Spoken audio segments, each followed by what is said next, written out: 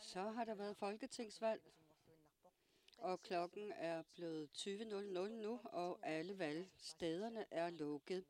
Og vi vil holde direkte udsendelse her, indtil det står klar, hvem det er, der er blevet valgt til Folketinget fra Grønland. Det er knap 4 uger siden, at statsminister Mette Frederiksen udråbte, at der skulle være valg til Folketinget. Og vi vil så følge slagets gang her i aften, og vi vil også have gæster, lige så vel som vi også kommer ud på valgstederne, eller der, hvor man har samlet sig sammen. Vi har gæster her i aften. Det er Sara Olsvig og Lars Emil Johansen, 2 tidligere medlemmer af Folketinget, og så bachelor i samfundsvidenskab Jens Søderdal. Sara Olsvig, jamen det er utrolig spændende, fordi der er stor lighed, kan vi forstå. Og Jens Søderdal, jamen vi kan jo se på tallene i Danmark, at det ser rigtig spændende ud. Og Lars Emil, hvordan har dagen været? Jamen altså, som gammel politiker, så er det jo altid sjovt, når der er valg til det ene eller det andet. Og det er jo ligesom, når man er barn, når juletiden er ved at nærme sig. Og vi ved jo, at det er demokratiets højdag, således at alle kandidater også er venlige og imødekommende. Det er spændende. Vi kan jo så fortælle, at her i KNR1 er det talte sprog, der bliver sendt, og så på KNR2 er der tolkning. Det talte sprog kommer til at blive sendt her på KNR1. Det er direkte oversættelse på KNR2. Og nu skal vi først til valgstedet i Qaqortoq. Vores kollega Nina Vivi er i Qaqortoq. Nu er klokken 8, Nina Vivi. Hvad sker der i Qaqortoq på det her tidspunkt? Jamen nu låser man døren. De sidste vælgere er inde og skal afgive deres stemmer. Nu skal man til at gå i gang med at tælle stemmerne op. Og jeg står her sammen med leder af valgstedet, Emilie Møller. Hvordan har dagen været i dag? Altså, da vi åbnede døren i morges, stod der allerede de første vælgere udenfor, og de kom ind. Og i løbet af dagen har der været lidt mennesketomt, men folk kom jo også selvfølgelig for at afgive deres stemme. Det var mest under pauserne på arbejdet, at der var flest mennesker. Og efter klokken 16 også var der mange. Hvordan har deltagelsen været i dag? I 2019 havde vi 4,75 procentpoint færre på det her tidspunkt. 47,91 procentpoint havde klokken et eller andet været op at stemme. I 2019 var procentpointen 52, et eller andet på det her tidspunkt. Så nu har man lukket, og man er begyndt på optællingen. Hvordan foregår aftenen så? Jamen, nu hælder man alle stemmesedlerne ud fra kasserne, og så vil man putte dem i grupperinger efter parti, og så skal man så bagefter gruppere dem i kandidater. Så det er på den måde, vi tæller op. Hvad tid bliver I færdige? Ja, det kan vi ikke rigtig gætte os frem til. Det er svært at sige. Men som sædvanligt, når vi stemmer til Folketinget, så bliver vi hurtigere færdige, end hvis det er andre valg. Hvis der bliver udskydelser eller udsættelser, eller I bliver forsinket, hvad så? Jamen, det kan jeg ikke rigtig svare på. Det må vi jo se til den tid. Men tak for, at jeg må stå her, og rigtig god arbejdslyst. Jamen, tak i lige måde. Og her kan vi jo se, at man er begyndt at gruppere alle stemmesedlerne. Og så må vi jo se, hvordan det løber af stablen i løbet af aftenen. Jamen, vi kommer tilbage til Nina Vivi og til Qaqortoq senere. Men her i studiet er vi også spændte på aftenen. Hvad mener I er det mest spændende her til aften? Sara Olsvig? Jamen altså lige nu, så gætter man på TV2 i forhold til de resultater, der dukker op undervejs. Og der har man jo kunnet se, at den røde blok er oppe på 87 mandater. Og det vil betyde, at de færøske og de grønlandske mandater måske kan gå hen og blive udslagsgivende. Men der er altså 86 ifølge de prognoser, der er kommet på TV2.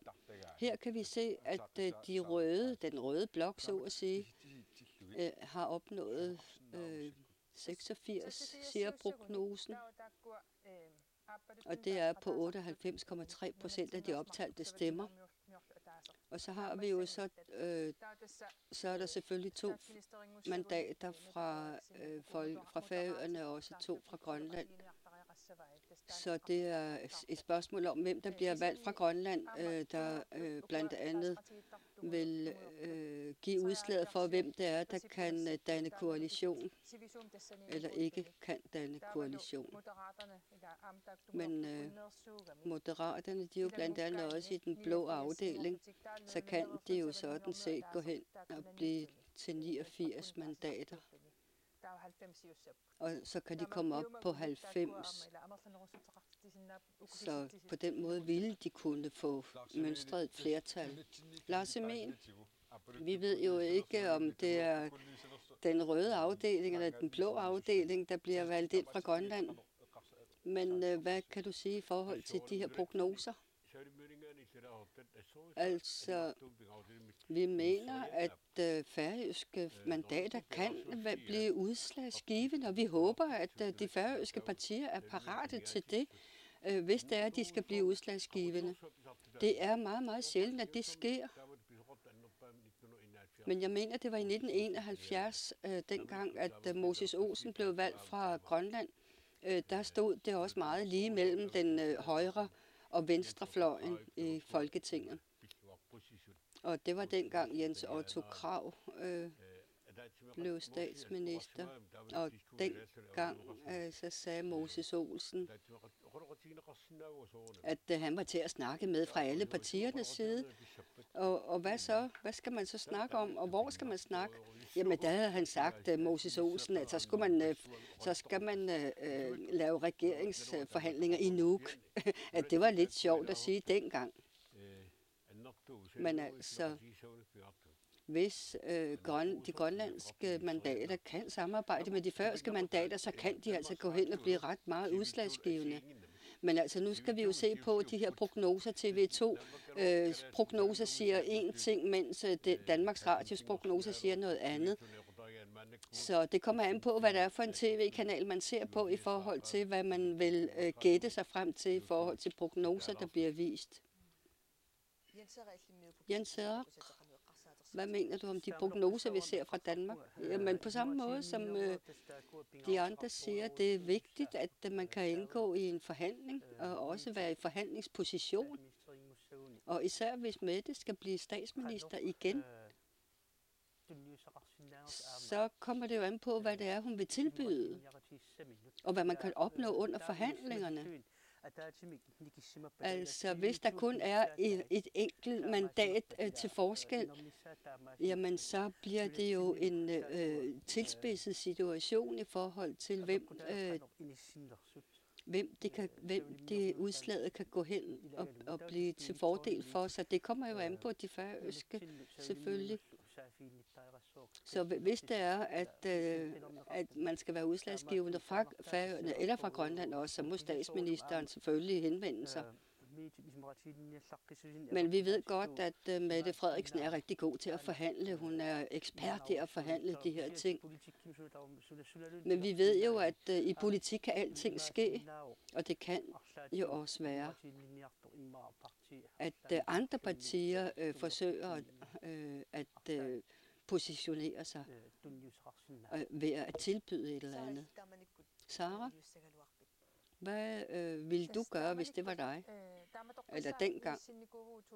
Altså i 2011, så kom vi jo til at være udslagsgivende i forhold til den røde blok, som vi ville stemme sammen med. Og der var 89 mandater dengang. Og dengang, der havde Siumut med en aftale med Socialdemokraterne, en aftale, så det blev 90, og jeg blev så nummer 91. Så jeg blev ikke som sådan udslagsgivende, men altså selvfølgelig kom jeg til at give flertallet. Men altså det ser vi jo også, de her forhandlinger, der sker på tværs af tingene herhjemme i Grønland. Og hvis det er, at der er stor lighed i forhold til de to fløje, hvor der kun for eksempel er én stemme til forskel mellem SF og et andet parti,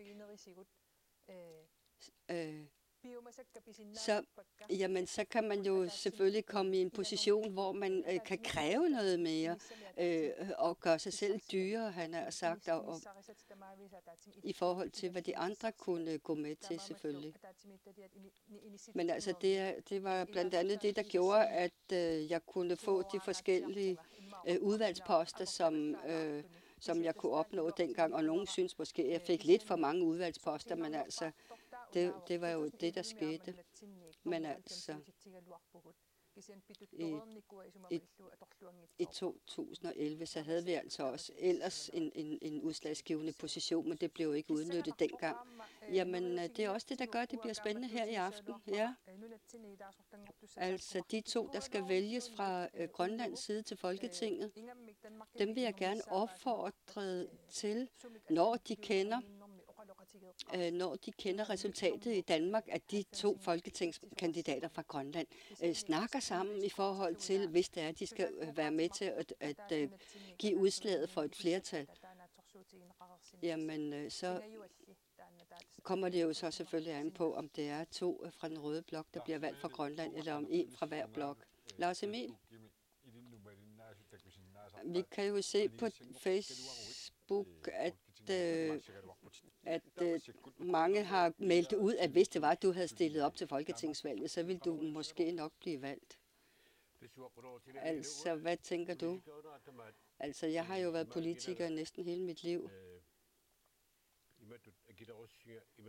Og jeg er ikke så firkantet, selvom jeg er meget principfast.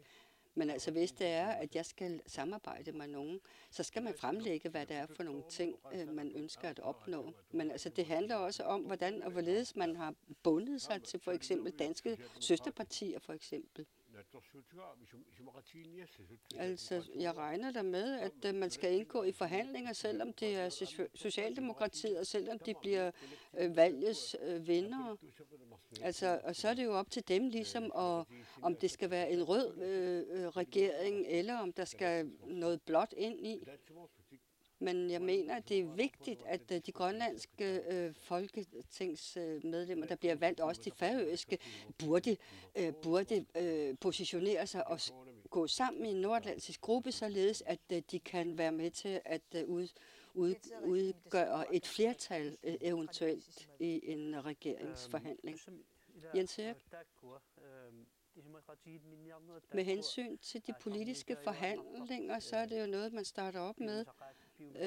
Og der starter man med at fortælle, hvad man kræver og hvad man vil opnå, hvis man vil gå i regering.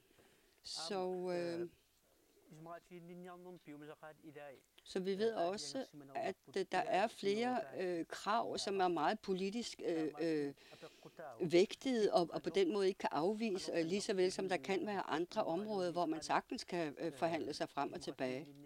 Så det kommer kun an på, hvad det er for, hvor hårdt fast man står på sine krav i forhold til det, man gerne vil opnå. Men det er klart, at alle partier har jo deres politiske mærkesager, og også at det er det, som de tager udgangspunkt i deres valgkampe. Så derfor så har de jo også en vis pligt over for deres vælgere i forhold til det, de er gået til valgkamp på. Men når vi går til valg,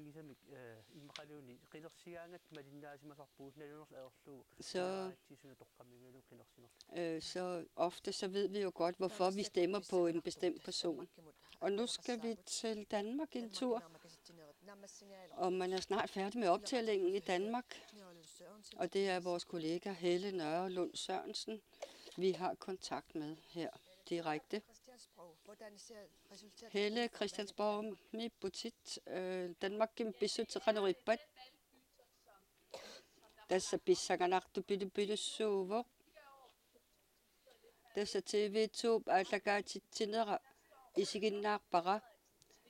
Tässä aapaluttut tassani eqqoriarneqarpu 87 sinik isertitaqassasut qinigaatitaqassasut. Tässä oqartoqarsinnaavuk amerlanerussutеқарнеқ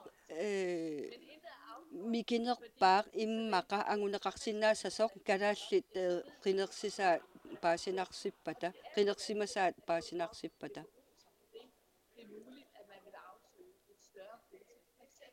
Kisiani tässä statsministeriuneru paama oqaatigereernikuua imaasinnaavoq aapaluttuinnaat pineqanngittu uani kisia tunguyortortalilaartariaqartu immaqa.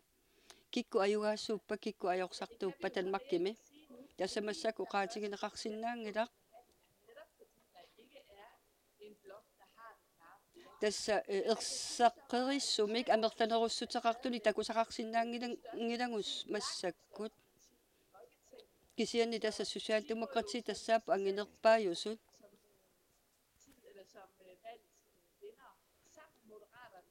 Tässä moderatillu aama amerlassuuni qinigaatitaqarsimaguni amerlasuoruissuangorsinnaapput. Kisian tässä konservatiivit venstrallu kinguariaateqarsimapput. Taava Inger Støjberg parti taava annertoorussum qinerneqarsimassut takusinnaavagut. Tässä taamaatumi oqarsinnaavagut parti ataasiakkaanguit ajugaassuupput allallu ajorsartuullutik. Ta inuppassuaqarpasippu Christiansborgimi silaannaaqanerippa. Tässä inupparparuissuaqarpoq. Tässä massakkut pissangarrapput. Tässä massakku Jakob Ellemann Jensen, Venstre siulittaasua nuisussaavoq. Tässä uhhuuna majuartussaavoq majuareerpat aama oqalungiartussaalluni. Taava taanna majuareerpat taava tässä ilimagineqarpoq Mette Frederiksen socialdemokratiimeersoq majuassasoq aama oqalungiartussaassassoq ilimasuutigineqarpoq. Tässä akunnerup ataatsippa iluani tamakku pisussaassusut sutut isigivagut.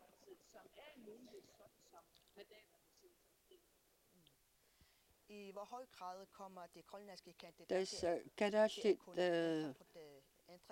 kalaallit qinerneqartussat arlaatiоqanusunniuteqarsinnaanera oqaatigisinnaamiu. Tässä taanna nalulluinnaavipparput. Soornam matematikkeraanni. Taava massakku 87 anguneqareersimapput aapaluttoq tuninngaaneersut. Taava kalaallit savalimmiormiullu arlaatigut aaliangi sutut inisseriataarsinnaanera takorluorneqarsinnaavoq. Kisia allat aama oqarput Mette Frederiksen amerlanerussuteqangaarnaani siuttutu inisseriataassaguni immaqa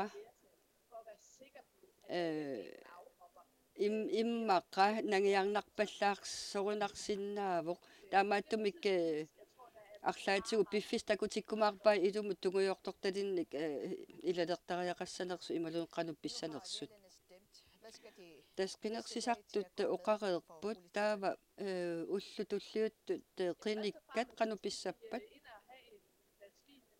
тасса сиуллертут пааянгуамик вииннингуамиллу наёрсеққалаассаппут соорналимаам илақутаасу аллаллу аамнаюуттут қинернеқарсимасунут nuannaaqataasussaapput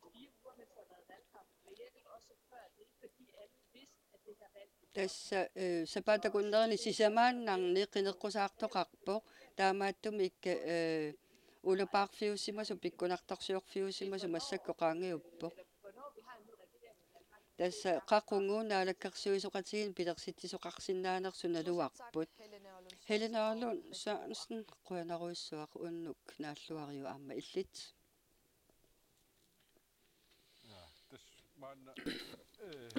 Nu siger Helle, og når man tænker på det, er der noget, der er genkendeligt, Lars Emil? Det er det, der altid er så spændende efter et valg, om hvem der kan danne regering. Tidligere har det været nemt. Så har der jo været de grønne og de blå i Danmark. Men der er jo så også kommet en pink blok. Lille blok.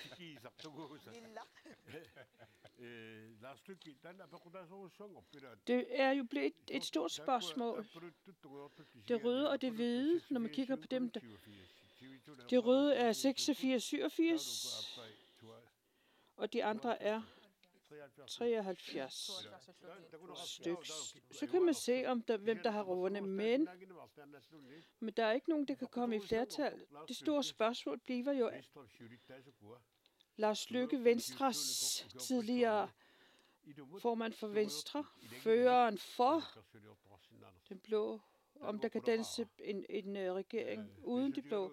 Det tvivler jeg på, fordi uanset om hvor meget han har ændret sin mening, så er hans inderste følelse og identitet blå. Og det kan personen selv ikke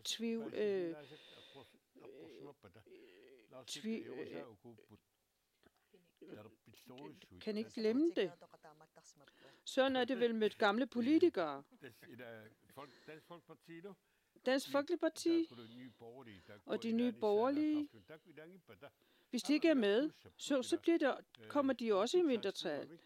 Lars Løkke har 16, og hvis det er 74, så kan det blive 90. Det er altid meget spændende om, hvor meget forhandlingerne lykkes. Det, som Lars Løkke har sagt dertil, og det er, at han vil over i den røde gruppe, og han vil også kræve, at venstresocialisterne ikke skal deltage i gruppen. Du nikker hæftigt, Sara.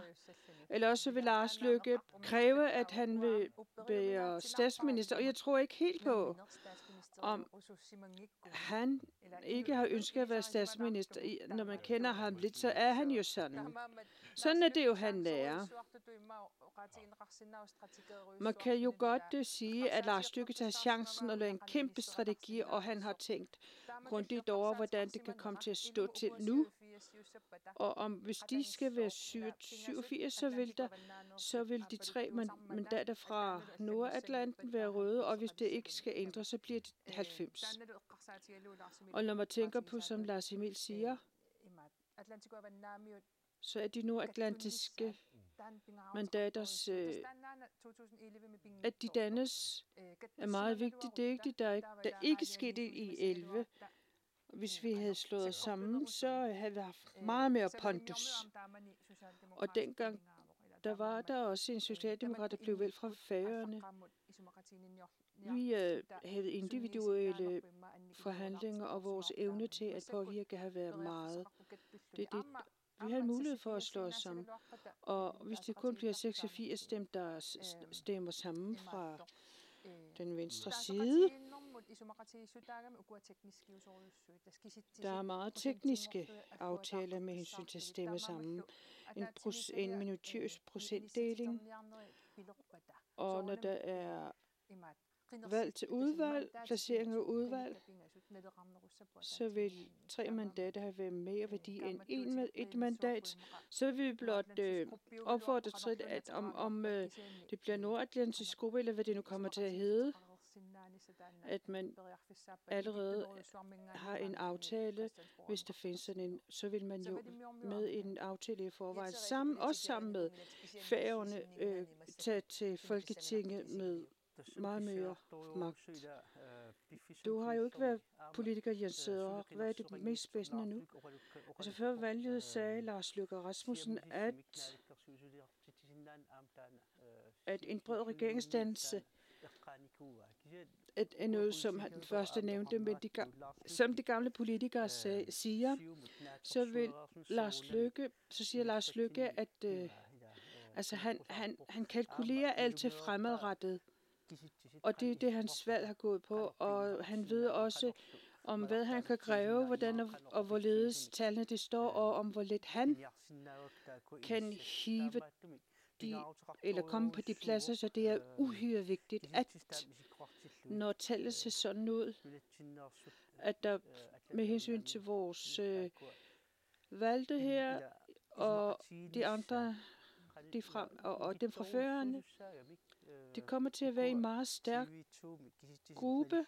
Hvis man følger tallene i TV2, så vil Rød Blok, hvis de 87 mandater, så vil man også kunne danne en regering uden om Lars Løkke Rasmussen. Sådan er det der er det spændende. Men hvis det ikke er sådan,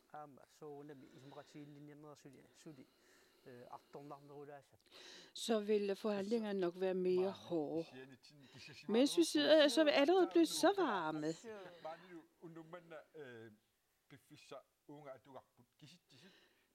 Det tal, som vi har her, der er kommet noget fra Gitti og Gunnar. Lad os lige kigge på de tal, der er kommet ind.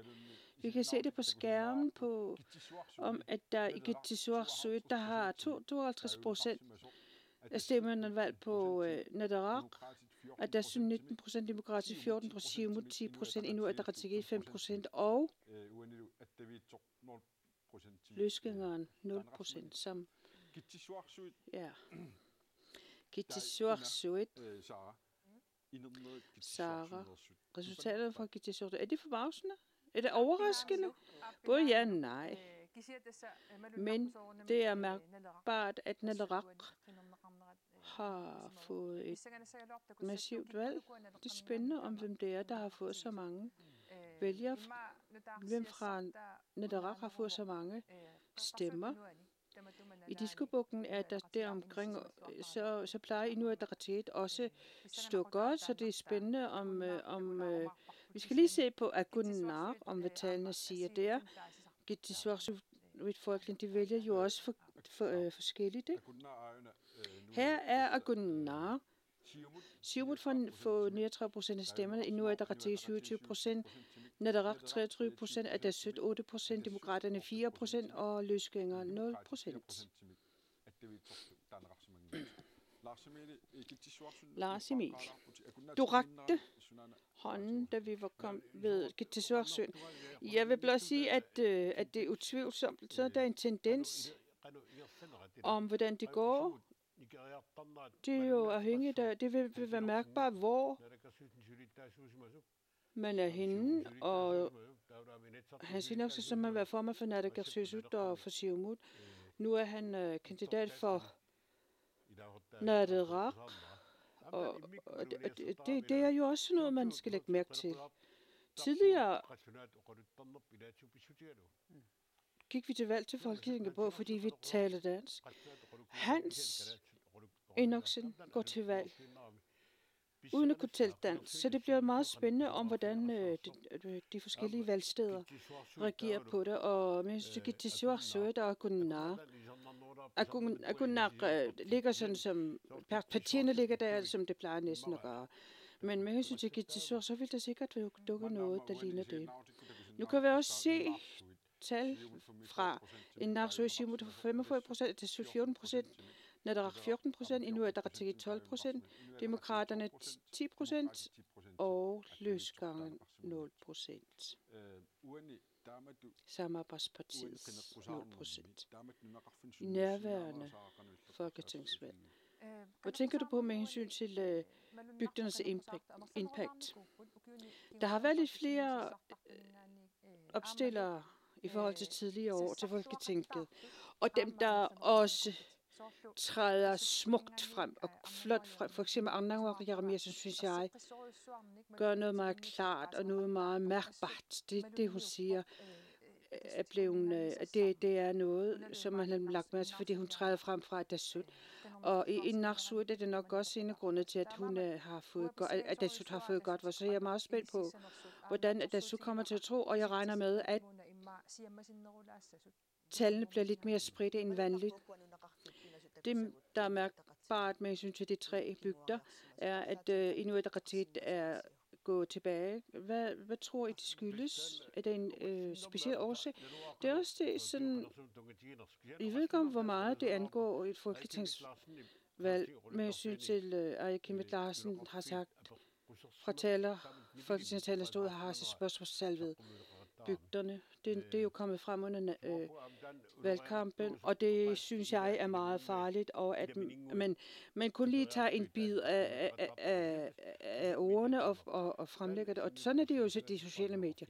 Det har nok haft en impact i bygderne i løbet af aftenen, og vil tallene og andre ting, dem vil vi snakke om. Vi går lige over til et indslag fra Maniitsoq.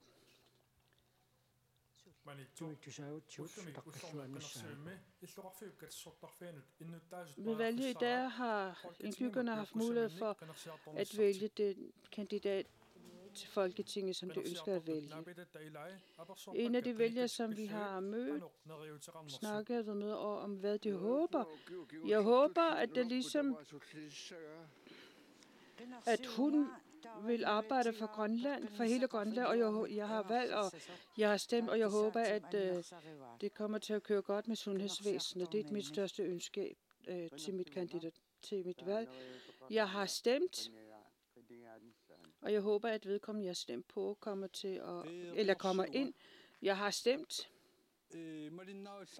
Jeg har ikke fulgt så meget med. Men jeg har stemt på vedkommende, som jeg synes vil være passende med det. Hvor meget betyder valgdagen? Når jeg kan, så ønsker jeg at gå til valg på grund af Grønlands fremtid. Jeg vægter det særdeles højt, at der i samfundet, iblandt os, og hver gang, vil gavne for samfundet. Jeg vægter det særdeles højt. Det er blot spændende, hvordan det vil gå, hvad resultatet vil være. Der er nogle, der synes, at valgkampens gang har været fint nok, og andre som ikke synes det. Den er særligt mærkelig, men siden jeg kunne stemme, så synes jeg ikke, der er noget mærkeligt noget. Så jeg begyndte at stemme. Den eneste forskel, det er, at det er et valg til det danske parlament.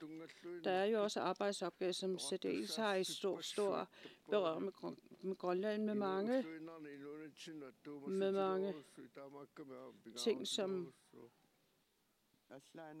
rører dagligdagen. Der er ikke rigtig nogen plakater, man kan se. Nu er det ansigter. Men vi har stemt. Det er som om det er sådan, som det har været. Vi bliver glade, når vi har stemt, og er glade indtil resultatet kommer. Det er dejligt og meget spændende. Om aftenen, når valgstedet er slut, er jeg spændt på, om vedkommende, jeg har stemt på, kommer ind. Efter mødet, så plejer jeg at følge med, så vidt muligt, indtil det slutter. For de fleste gange. Sikkert alle gange. Ja, jeg skal holde øje med.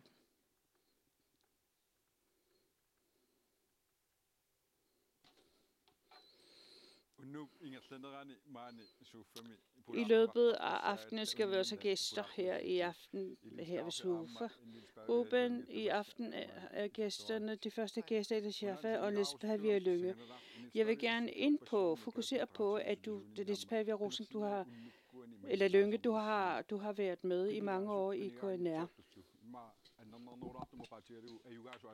Altså dem, der bliver stemt ind, eller dem, der har vundet eller tabt. Som du har set, kan du lige fortælle om, hvordan, hvad det betyder for dem? Hvis jeg kigger tilbage, så har jeg deltaget i cirka 20 valgkampe, og jeg har været med til at koordinere valgkampene i 30 år, i mere end 30 år. Jeg husker dengang da Ellen blev stemt ind, og vi arbejdede dengang i et sted, hvor Otto Stenholt også var i kontoret. Og man kunne se, at Ellen førte på det tidspunkt, og vi kunne alle sammen se, hvordan de her kandidater var spændt og fulgt med og var spændte. Og da Ellen vandt, så kunne vi se ansigtsudtrykkene på de kandidater, som ikke blev valgt. Og sådan var reaktionerne. Ellen, sådan er det, når man stiller sig op til valg. Op til valget havde du forberedt dig på til, at du ville vinde eller tabe. Og dengang, der havde jeg troet på, at jeg ville blive stemt ind. Jeg ville nok ikke have opstillet mig, hvis ikke jeg havde tænkt, at jeg ikke havde chancen. Men jeg kan huske, at det var, fordi jeg var ung og ny politiker, og ikke mindst en kvinde. Så var det stort, fordi tidligere så var det kun mændene, der blev valgt ind. Og dengang stod vi på en skillevej, og så det var en ny og god oplevelse. Hvis vi kigger på din politiske karriere, hvad er det, politikerne føler? Det er en fejring af demokratiet, og det er en positiv oplevelse, og så har man haft en masse stridigheder op til valget. Så afslutter vi det med kram og knus. Altså politikerne oplever det måske ikke, fordi landet er jo så vidtstrakt. Og det her med, at man rejser rundt i landet, og man er med i udsendelsen. Hvor vigtigt er det?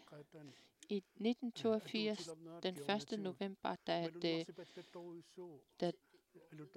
TV'et åbnede, så var det noget, der folk ønskede at bruge. Og i 83, da der var valg,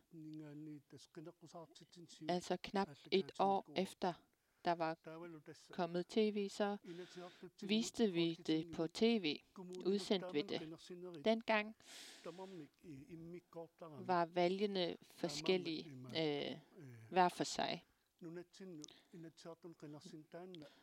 Og den største begivenhed er valg til Inatsisartut, og kommunalvalget er måske en mindre begivenhed, så er der også folketingsvalg, som også er en mindre begivenhed, fordi de kandidater er færre. Men når vi fører valgkampe til Inatsisartut, så prøver vi at komme til de forskellige byer i landet og føre de her valgmøder. Vi tager til Ilulissat, til Simiut og Nuuk, og det er de største byer. Og nogle gange er der også radio,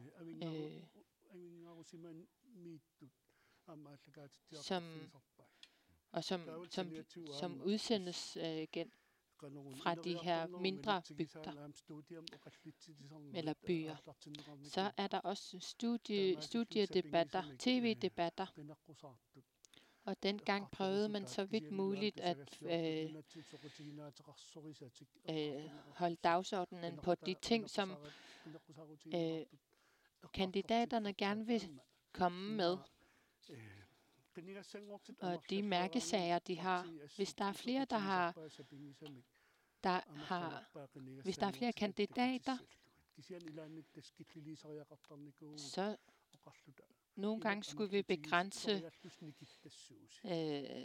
den tid, de har, fordi når vi sender live-udsendelser, derfor er det en stor koordinationsarbejde, som kan være lidt hård, fordi man ikke kan tilfredsstille dem alle sammen.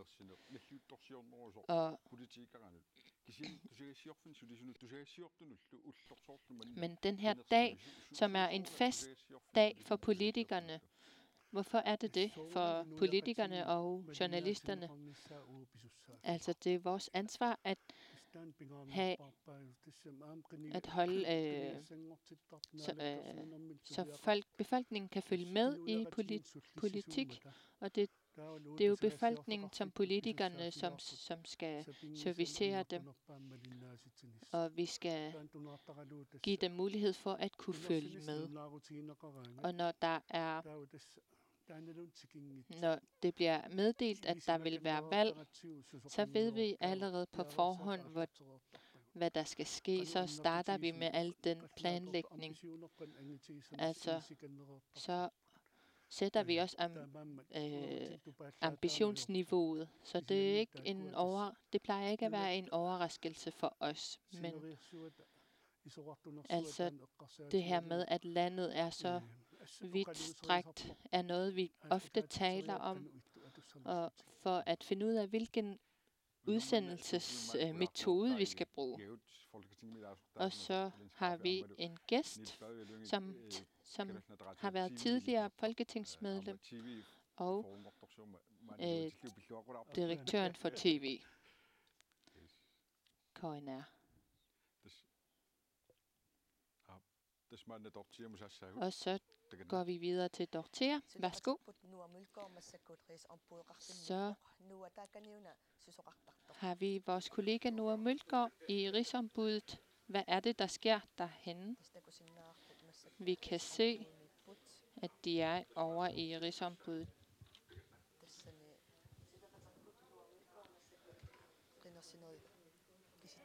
Og her bliver optællingen godkendt. Værsgo, Noah.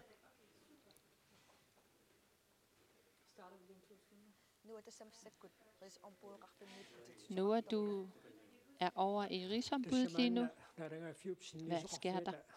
Lige nu sidder vi hos Rigsombuddet, og folketingsvalget i Grønland er noget, der bliver ført tilsyn hos Rigsombuddet, og de her stemmer, der er kommet ind fra de forskellige byer og bygder, er noget, der føres tilsyn herfra. Og vi befinder os i maskinrummet her i Folketingsvalget i Grønland i dag. Vi er hos Rigsombudsmanden, og det er herfra Folketingsvalget i Grønland bliver styret. Det er mange net herinde i kontoret. Det er i fuld gang med at følge med i hvad der sker rundt omkring valgstederne og optællingerne på valg. Det er i fuld gang, og vi står her sammen med Rigsombudsmand Julia Præst-Vilke. Julia aina nigorfaqatigivara mani allafimmissunna sudiassarivisiu tassa sudiassarput tassaava kommunit suderatigalugit qenersisoqarnissa pisinnaatittarparput aamma akuersisarluta inernerit takkuttut nakkutigalugit akuersisarluta nakkutilliisarluta aamma amerlassussaat mani Rigsombuddet akuerisarpagut qannorip massakut qinersisariaaseq qarsaatigalugu qannorippa imaappoq qinersivinni assigingittuni kisittisit aqutsisut kisittisini paasissutissiisarput taava uagut taakkua takkuttut emailikut computerimi systemimi allaqqasut naapertuunnersut misissortarpagut qannoq valgresultatet er overensstemmelse med qinnersinarmut det afgivne stemmer. taassinerit laver den her dobbeltkontrol her på selve nakkutigineqartarpat qannoq misissoqqissaarneqartarpat tassataakua så samler de alle katersorneqartarput og sender taassinerit per brev ind til Rigsombuddet, og så laver taava vi en aamma fintælling taakkua herinde, lige så snart vi får аллакатигут qinерсисимасут аама иммикку кисиннеқартарлутик кисеққиссаарнеқартарлутик уллумиккум маанисулисоқассиуиси таалиувгут аққанамарлуувгут таматта уннуммусуливгут аама қарасаасиалерissуник аама наккутиллииссуник наалакерсуисоқарфиммингаанниит qulakkeerisoqarluni pissusissamitsu ingerlasoqarnersoq tassa inernerit pissangatigivisiget aap pissan siornatigut unnuaqeqqatamissaani naammassisarnikuuvugut taamaama aammamassakku neriutigaarput tamatumamissaani naammassiumaarluta taava nalunaarutit qannoq ingerlasarpat massakkut qarasaasiatigut ingerlasoqalernikuugaluartoq kisiannisulis piffissangatia alorneqartarpo kisiannineriuppugut sukkalaarumaarluta taava аама инернерит наам кисиннеқареериарпата таава тааккуа марлук қинернеқартут фолкитингиму илаасортангортуссат аллаккатигут аллагаарсиумаарпут lige så snart vi har det endelige valgresultat, så indrapporterer vi også til Danmark, til Indrigsministeriet Danmarkimut аама уагут налунаарутеқартусса саассаагут паасериарутигу киккут qinigaasimanersut кисеққиссаарнеқартарнери таакку таассинерит маани тасса кисеққиссаарнеқартарпат ималуунниит qannuppisoqartarpa neriuppugut unnuaqeqqat unnuaqeqqanut naammassereersimasal kisani tassa aamma kiseqqissaarneqaqqittarput аллаккатигут таассисимасут аамма таакку кисиннеқартарпут нeriuppugut тасса тааматут наамассиумаарлута сулиллуариси så har det været meddelt fra Rigsombuddet, at valgstemmerne vil blive optalt færdigt ved midnatstiden, men det kan man ikke lige sikre på forhånd. Men så går vi tilbage til KNR TV-studiet. Så siger vi tak til vores kollega Noren Mølgaard. Og det spændende ved i aften er tallene, altså resultaterne. Vi har fået optællingen fra et Doqortormiit, og her er tallene resultatet. Og det er Siumut, 41,2% har fået 41,2% stemmer.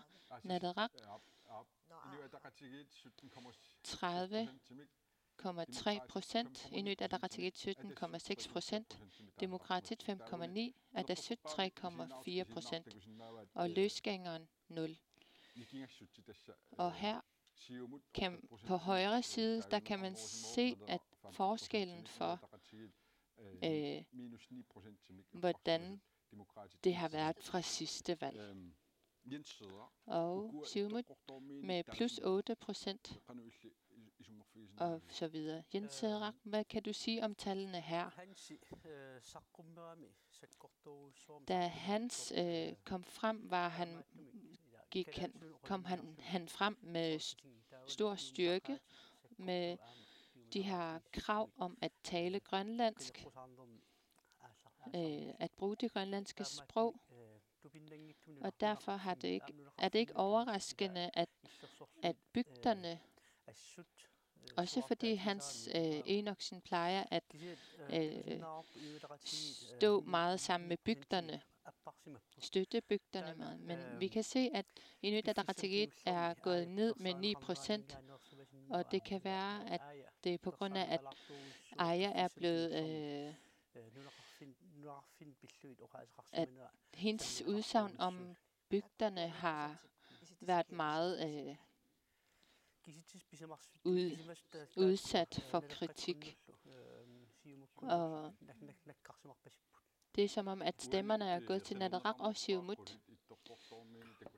Og hvis vi kigger på tallene fra Ittoqqortoormiit, Akimatilta Hyttam er blevet stemt med 48 stemmer fra Ittoqqortoormiit. Hans Enoksen med 35 stemmer.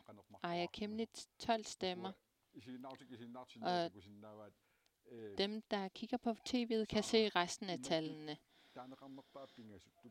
Og de 3, som blev valgt mest, er de overraskende? Nej, det er ikke så overraskende, men de har været rigtig gode ved debatterne. Men jeg har bemærket, at stemningen har været anderledes. Og det har været meget klart og tydeligt, som Naleraq er kommet frem med budskaber. Og i forhold til forsvarspolitikken, så altså derfor er jeg ikke så overrasket over, at Hans Enoksen er blevet stemt godt i de forskellige byer. Man kan måske sige, at det er mest fra de røde blok, som er blevet stemt ind. Sådan har det altid været i forhold til bygder. Men nogle gange begynder man, når man taler om bygderne, det er noget, der får stor reaktion. Altså, bygderne plejer at fylde rigtig meget i vores landspolitik. Og Ahulunge og Frederik Lynge kommer fra bygderne.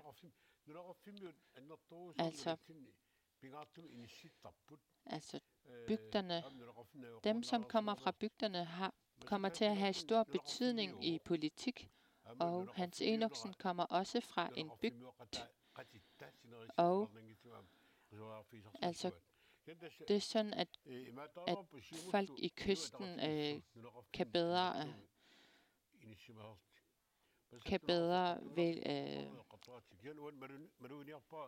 men jeg bemærker, at Inuit Ataqatigiit har fået stor nedgang, og Siumut har fået stor fremgang, og især også Naleraq. Jeg ved, det er svært at sige, hvad grunden til det er, men hvis vi kigger på de kandidater, så har der været nogle gode ting, der er sket. For eksempel Juno Bertelsen, som har sagt, at han gerne vil lære det grønlandske sprog.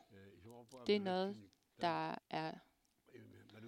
jeg har stor respekt for, og det tror jeg også, at er noget, som en masse har bemærket.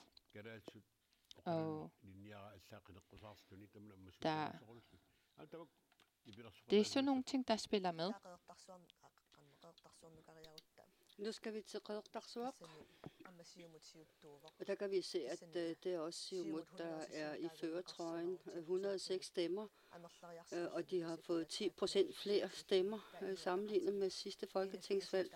Inuit Ataqatigiit har fået 81 stemmer. Det er en tilbagegang på 4% sammenlignet med sidste valg til Folketinget. Og så nummer 3, det er Demokratit, som har fået 59 stemmer.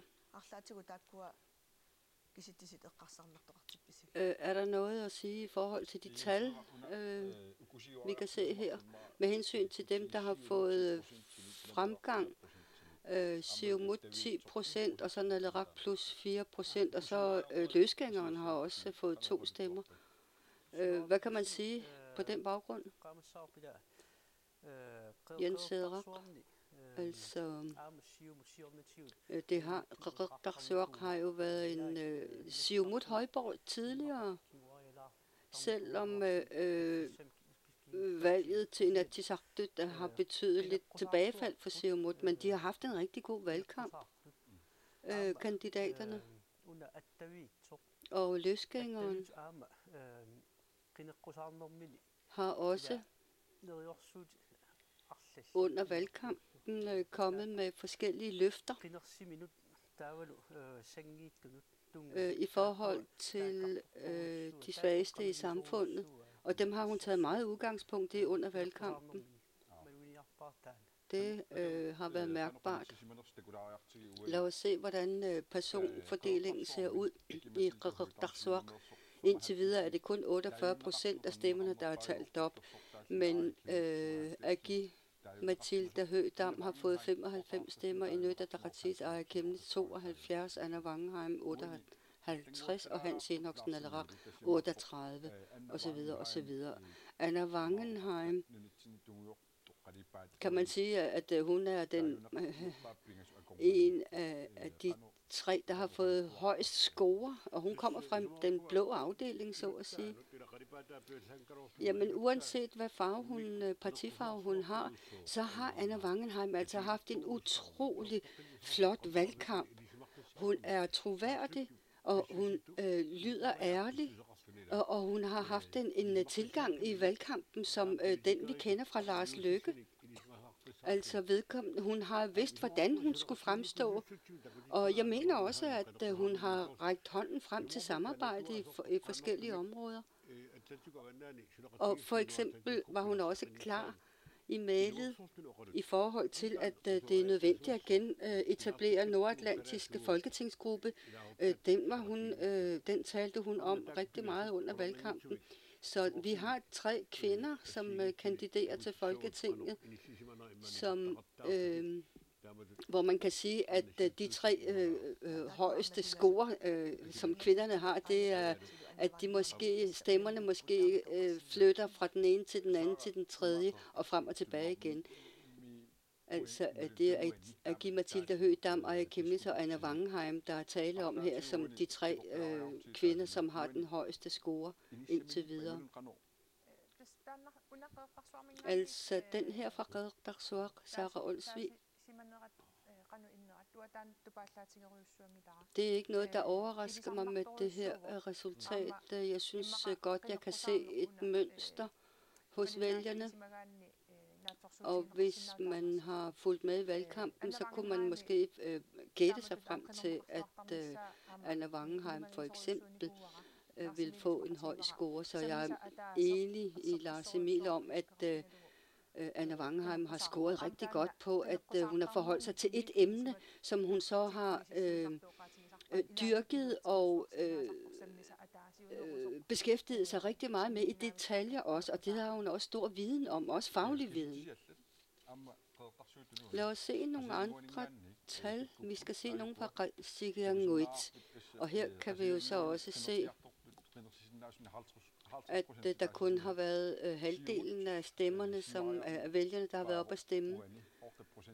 Siumut fik den højeste score, 199 stemmer med en fremgang på 8%. Inuit Ataqatigiit 78 stemmer, og det er neutralt, hverken tilbagegang eller fremgang. 6% fremgang til Demokratiet med 58, og så Naleraq minus 1%, lidt tilbagegang. Og så har Atassut fået plus 1%, de har fået 19 stemmer i Qatsigiannguit, lige så vel som løsgængerne også har fået 2 stemmer. Og lad os se, hvordan det fordeler sig på kandidaternes personer. Agi Mathilda Høgh, 187, har den højeste score. Nummer 2 er Inuit Ataqatigiit Aaja Chemnitz, 62 stemmer. Anna Wangenheim, 57. Det ser ud til, at de 3 kvinder der, treenigheden, dyster om at få den højeste score. Men her kan vi også se, at 29 stemmer er gået til Naleraqs Hans Enoksen, lige så vel som Angnanguaq Jeremiassen har fået 16 stemmer på vegne af Atassut. Og det er første gang, vi ser, at hun har fået så høje antal stemmer. Med hensyn til alle kandidaterne, hvor vigtigt er det, at alle folketingskandidater kommer frem til de forskellige bosteder? Har det en indflydelse? Jamen, det er utrolig vigtigt, og det har en stor indflydelse, at folk kommer frem over for vælgerne. Og det er det, der er udfordrende, når man er folketingskandidat, fordi der er meget begrænset tid, og derfor så er det også besværligt og udfordrende at komme rundt til mange steder, så derfor så må partierne jo selvfølgelig koordinere, hvem der rejser hvorhen og så videre.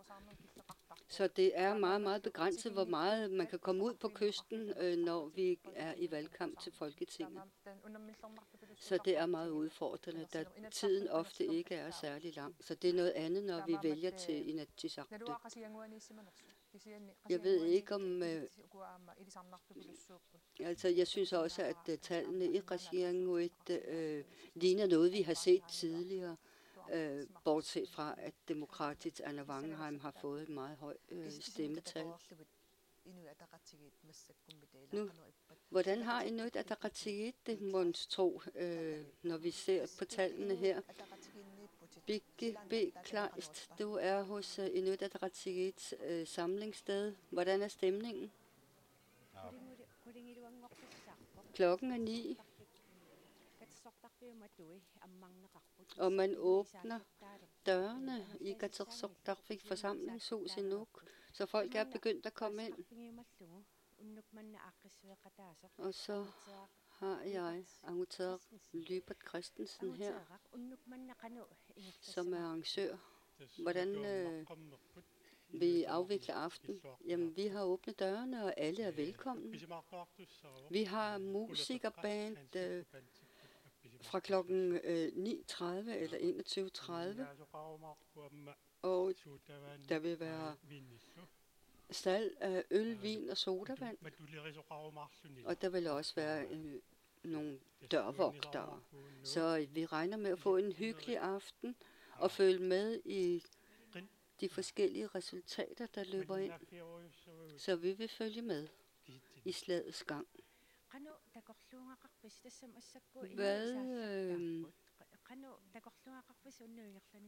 Hvordan forestiller jeg, at aftenen kommer til at gå? Jamen, vi vil gerne have en glædelig aften, og vi vil fejre demokratiets dag i fællesskabets navn, så dem, der har lyst til at komme, kan komme over.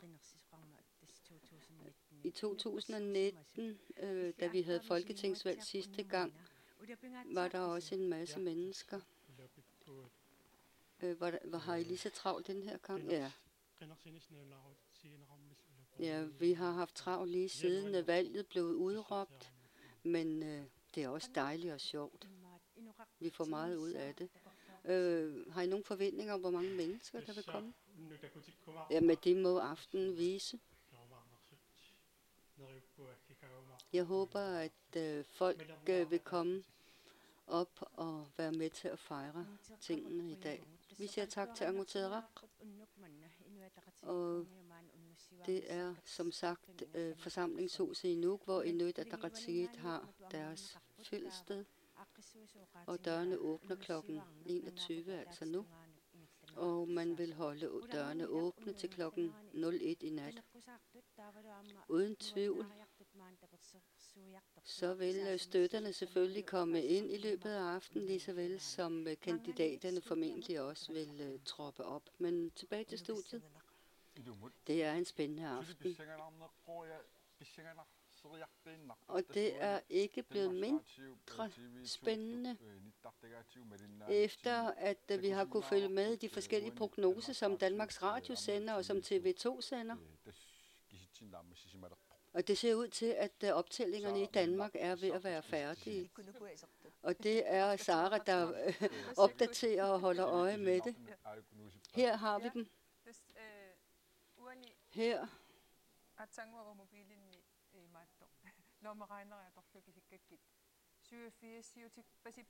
Altså, det ser ud som om, at der også er 87 i den røde blok, hvor 87 mandater lyder til at være sikre. Så derfor så lyder det til, at hvor grønlandske folketingskandidater, der bliver valgt ind, og også de færøske, de må i samtale, i en seriøs samtale, det må vi forvente kommer til at ske. Især hvis der skal indgås nogle valgtekniske samarbejder. Men altså selvfølgelig kommer det an på, om de grønlandske folketingskandidater begge kommer fra den røde blok, eller om der kommer en rød og en blå. Men altså når vi ser på de her tal i Danmark, har vi så i Grønland meget magt? Jamen altså, når tingene ser sådan ud, og det er os, der bliver vægten på skålen, så betyder det jo sådan set, at vi kan komme med store krav, således at man også formodentlig kan gå ind i en meget spændende forhandling. Og især hvis man opnår det, man gerne vil kræve for at bakke op om og sikre flertallet for en regeringsdannelse. Men altså selvfølgelig kan man også kræve for meget og tabe af den grund og slet ikke komme i betragtning. Så det kan jo falde ud til begge sider. Så det handler om, at man skal evaluere ret minutiøst og detaljeret, og at man skal vægte og veje hvert et ord.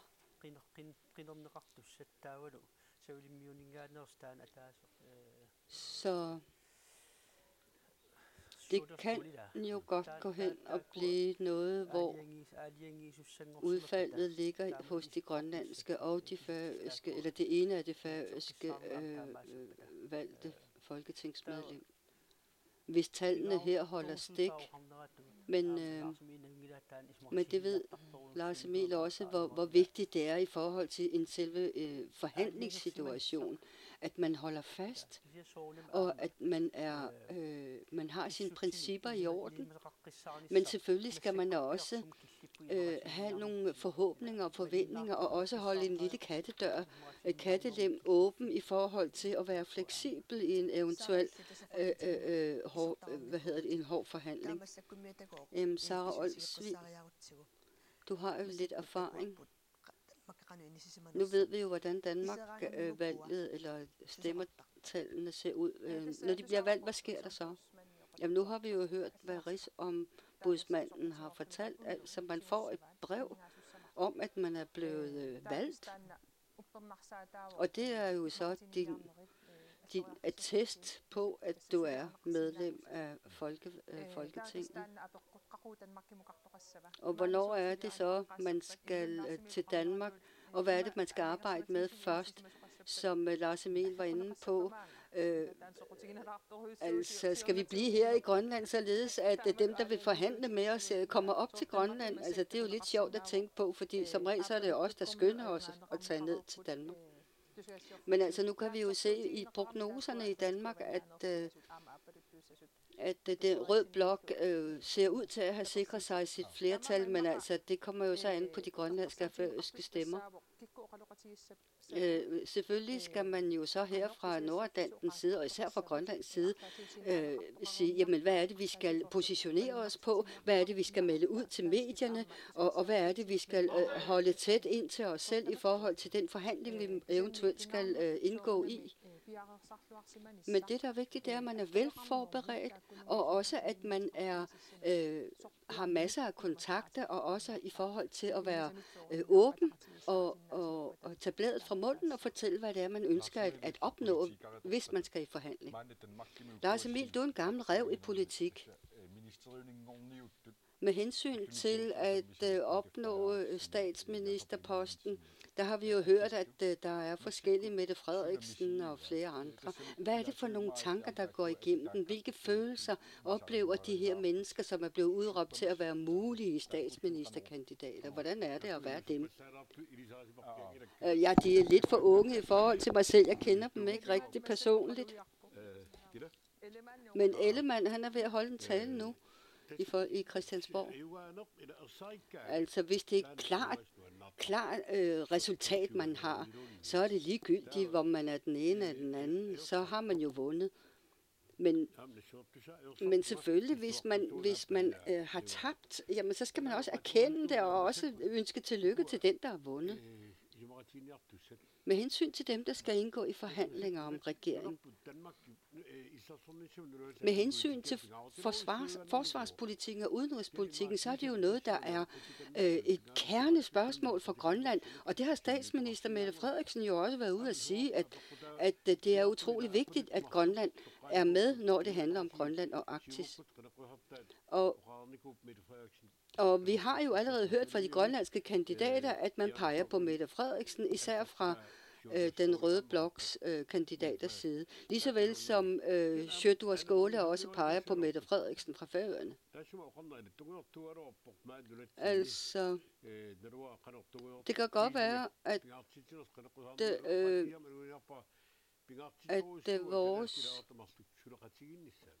et af vores kandidater fra den blå linje eller fra den blå afdeling siger, at det er utrolig vigtigt, at de grønlandske mandater eller folkevalgte kan samarbejde, at man er sammen og prøver at opnå nogle resultater ved at samarbejde, og i stedet for at føre partipolitik. Og det er det, der er spændende, men lad os nu lige se, hvem det er, der bliver valgt ind i første omgang, inden vi begynder at bestemme for meget her.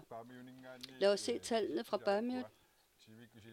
41% har deltaget i valget.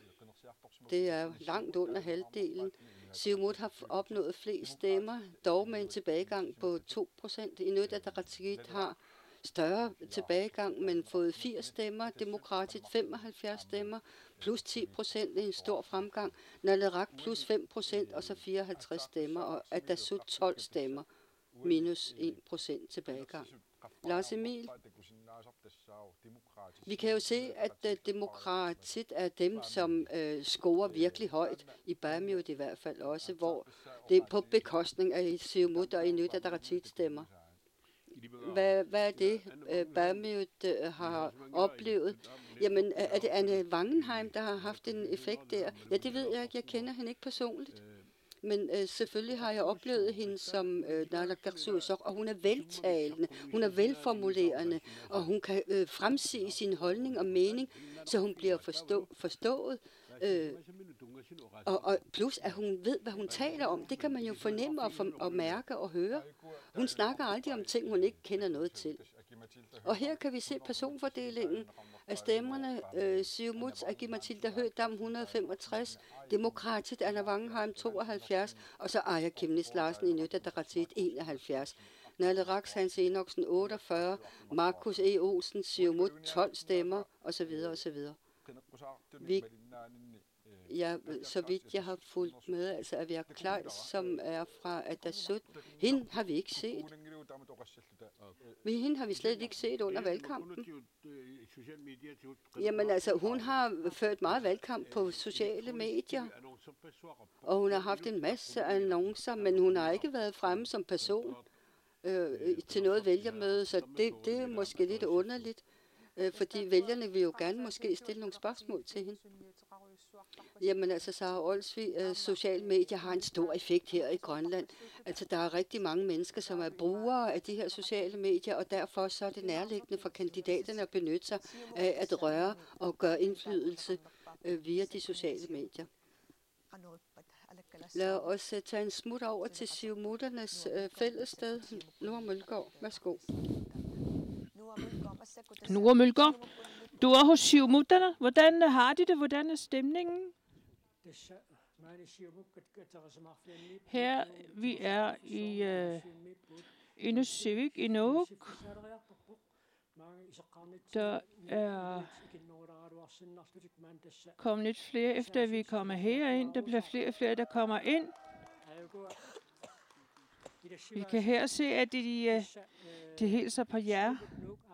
Siumut Nuuk har arrangeret valgaftenen her i Inusivik. Dem, der kommer ind i Inusivik, så er det dem, der plejer, det er bordtennisspillerne, der bruger det, altså det rum. Siumut Nuuk, Hans Peter Poulsen, Siumut Nuuk. Hvordan vil aftenen gå? Vi er ved at starte, vi åbner ved 8-tiden, og folk de De kommer sådan lidt efter lidt. Det er Siumut Nuuknar, der arrangerer det, og vores futsalvenner har vi arrangeret sammen med her. Men jeg synes, at det ting, vi serverer, vi starter her kl. 9 med levende musik. Og når det har været på, så vil der undervejs være gevinster for dem, der kommer herind med hvor der er præmier med røget laks, og hvor man betaler 100 kroner, og man kan blive medlem. Man kan også få sig en lille en eller få en sodavand, og herudover vil dem, der er stillet op, komme hertil, og Siumuts-formanden vil også komme hertil, og resten af aftenen skal vi følge nøje med i, hvordan optællingen af stemmerne går. Det ser ud til, at det skal være levende musik, der er guitar deroppe, og klaver. Og hvem er det skal spille? Først og fremmest Johannes Bertelsen og Vibaduk, som skal være dem, der spiller. Det har i flere år optrådt for os, og de bruger jo også nogle af Siumuts sange. Og herudover så har vi lagt sanghæfterne, dem har vi delt ud, og når der kommer nogle ønsker, så skal vi synge. Det plejer også at være på den måde, at det fra de forskellige steder i Grønland, efterhånden som de bliver færdige, så vil dem, der følger med i Siumut, modtage det i på deres hovedkvarter. Det kører det på den måde, og vi har forskellige kontakter til de forskellige byer. Selvom vi følger godt med i KNR-TV, så er vi jo dem, der hører dem først om de ting, om det resultater, der er. Og hidtil har det kun været lytter gode nyheder, og vi forventer også, at det bliver sådan, og når aftenen skal til at slutte, så tvivler jeg ikke på, at vi får en, fordi Siumuts kandidater har haft en god valgkamp og har store forhåbninger for, at vi får ind. I samarbejdspartnere i Danmark, Socialdemokraterne er fortsat det største parti, men indtil videre har optællingen i Danmark været sådan, at det står et spændende sted. Hvor spændt det er I med hensyn til det? Vi har fulgt med i det hele dagen, og forventeligt lige så spændende som det er. Spørgsmålet er, hvordan forhandlingerne vil køre nu. Under valgkampen har der været ønske om, eller er der blevet udvist spredt samarbejde, og det der bliver spændende er, hvem der vitterligt vil samarbejde. Vi har de to grønlandske kommende medlemmer om, hvorvidt de kan samarbejde for at få så meget impact som muligt, og Grønland står geopolitisk et meget strategisk sted, og det er utroligt vigtigt at bruge det kort rigtig godt. Siumut har ellers sagt, at Socialdemokraternes leder er hende, som I vil støtte, men hvordan vil den vedkommende, der kommer ind, eller hvis der kommer to ind, hvor meget vil I have en dialog med dem, før det bliver sendt til møder med Socialdemokrater? Vi skal søge det allerbedste resultat. Og vi fra Siumuts hovedbestyrelse og folketingsmedlemmer, og helt sikkert andre medlemmer, samarbejde meget tæt med hinanden for at vælge de næste veje, det skal gås på. Og vi glæder os til resultatet, og om hvordan det bliver. Det vil utvivlsomt være. Altså Grønland vil kunne påvirke meget, også med hensyn til andre i verden. God aften, Hans Peter. Tak. Der bliver flere og flere her i Inussivik. Og under aftenen, vi kommer tilbage til dem, der holder valgaften herinde. Vi tager tilbage til KNR-studiet. Vi takker vores kollega Noah Mølgaard.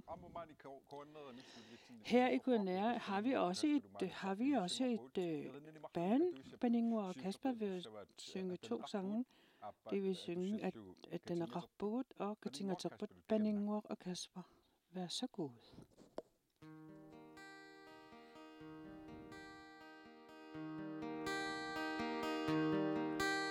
Siger du i går bada siger mo at dortissima vote er jeg så qadar naqdud misingaruti sida saqinna bad atat no naqdu sadud imminur lissiputin sida suango ashat السرسوشمو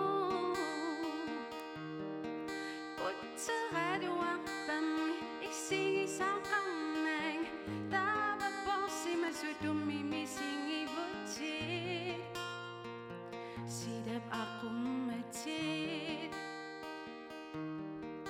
وشوتي قنوري كادو أبدا إمرسوكي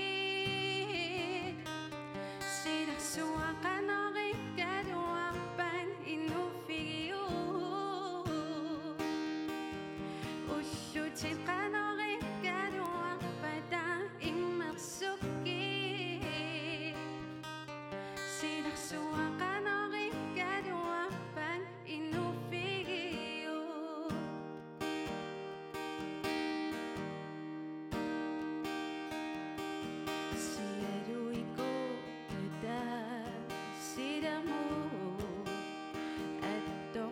Sima buti Adi soqatarin maqdudut misingat uti Sida saqinnak bad atat nuan naqdu sadud imminur lissiputi Sida suangu ashad inunan asaqsullungu Utaradu aqbam Isingi saqamnay Daba borsi masudumi misingi buti Sidab aqummati Ushuti qanorikadu aqbada immersuki Sidah suwa qanorikadu aqban inufiu Ushuti qanorikadu aqbada immersuki Sidah suwa qanorikadu aqban inufiu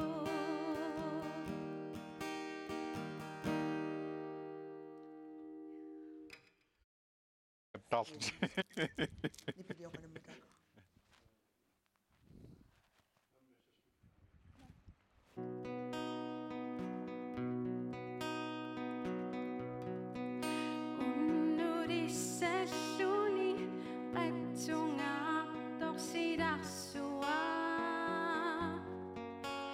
Kissingusaami qupivo katingaterpu Nunattaqavanin avamutsallunga Isigara kalallit nunatakatingata Kalallit inunarannun pingortitagama Pisuyussutigaranunama piningassusa Alutorinaqartarami kalallit nunarsuan Kusaginaqartaqallupequtigu Tasamakillingusami saqinassuan qubivo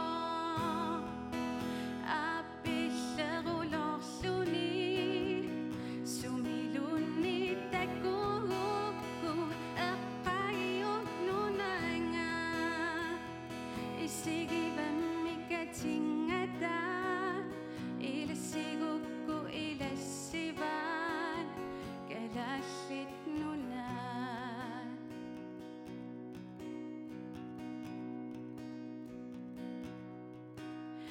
Mikalassit inunaranut pingortitagama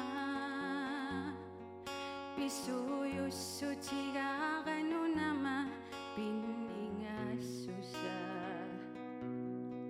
Alutorineqartaram mikalassit nunarsuat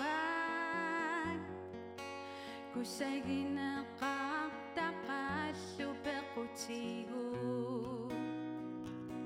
Tassamakissingussami saqinersuaqqupivo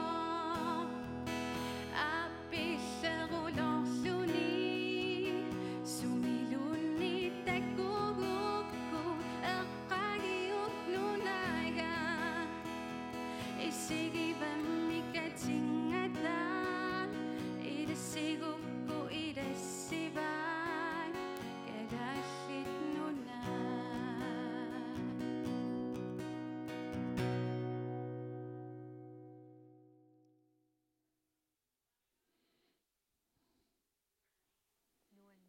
Ej, hvor er det dejligt, hvor er det dygtigt. Og tusind tak, fordi det kunne spille. Det er rigtig, rigtig dejligt. Vi klapper, vi giver dem en applaus.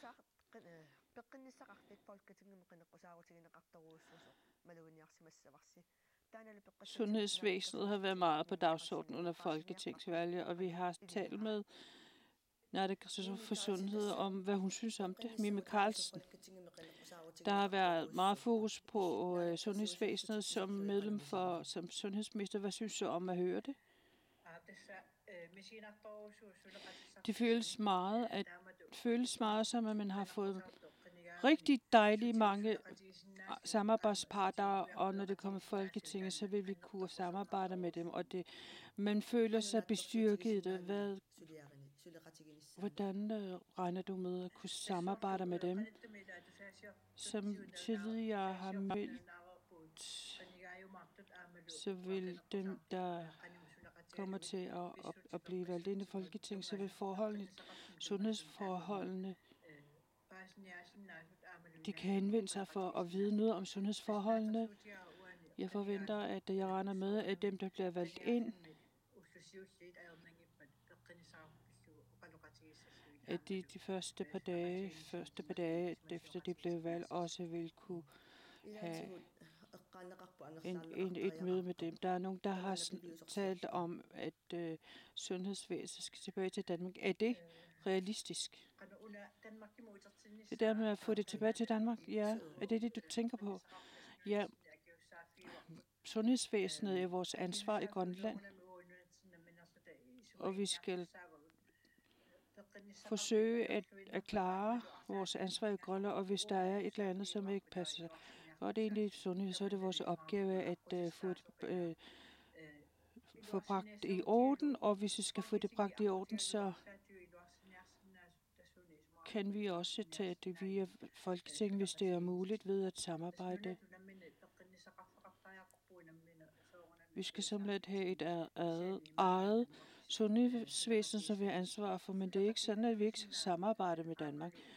De samarbejdsområder, som skal vi kunne arbejde om. Det vil sige, at du er meget åben for, at dem, der kommer ind i Folketinget, der er du meget åben for et samarbejde med dem. Ja, samarbejde med Danmark. Ja. Jeg har også lagt mærke til, jeg er i Danmark nu, og jeg har lagt mærke til her i Danmark, at der med hensyn til psykiske sygdomme, også på mange måder, så er det skal være meget fokus på at arbejde inden for sundhedsvæsenet, og det er også gerne skulle arbejdes fokusere på her i Danmark. Derfor vil der med hensyn til dem, der er psykisk syge, og dermed skal få hjælp også, så skal vi søge, hvordan vi kan samarbejde med hinanden om dem.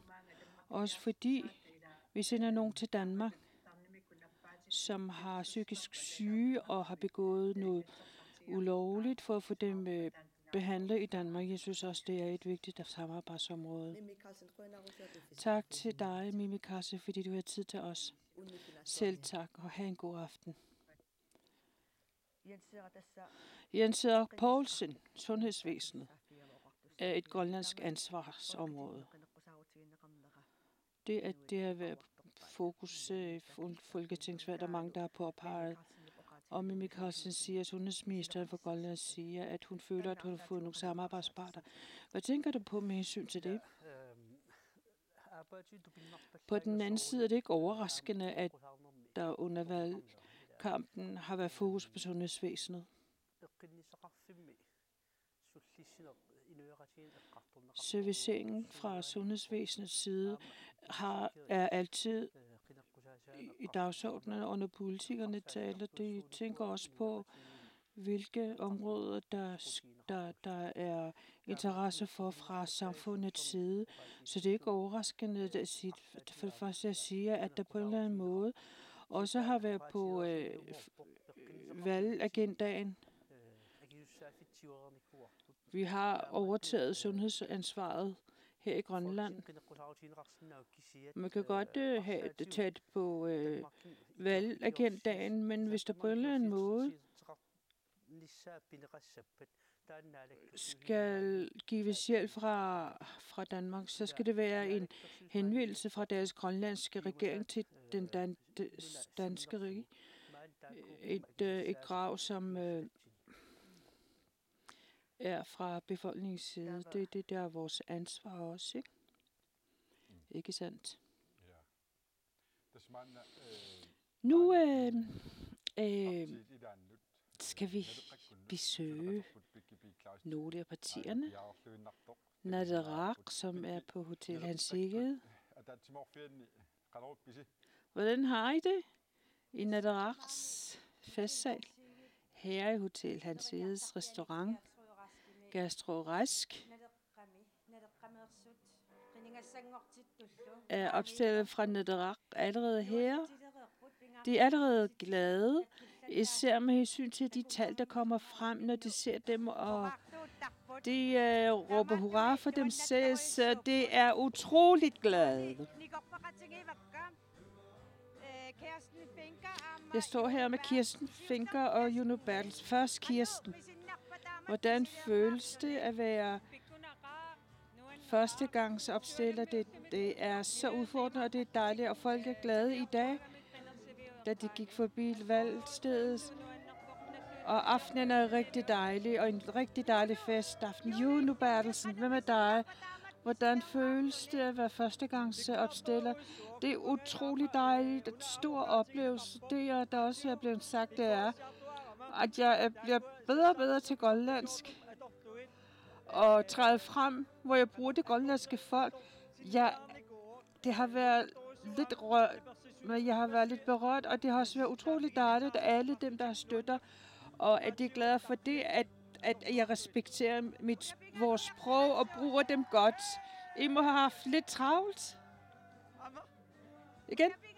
I må have haft lidt travlt, da I er som førstegangsopstiller.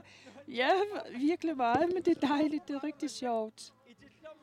I Tilda har vi næsten fået 80% af vælgerne. Vi er utroligt glade, og vi er meget spændt. Du må også have haft det træt op til valg. Ja, det kan du tro. Fra morgen til aften, når vi vågner om morgenen, er det Folketinget. Når vi går i seng, er det Folketinget. Vi har haft meget travlt med forberedelserne. Hvis vi tænker på de resultater, der har været, de foreløbige resultater, hvilke forhåbninger har I så? Vi har gode forhåbninger, og ud fra de resultater, så har vi forhåbninger. Det er en dejlig aften. Hvad med dig, Juno? Hvilke forhåbninger har du? Jeg håber selvfølgelig, at vi bliver valgt ind i Folketinget, så det er meget spændende. Og vi kan se, at befolkningen, den grønlandske befolkning, er overvågen, og Naderaks politik bliver modtaget godt. Så det er godt. Tak.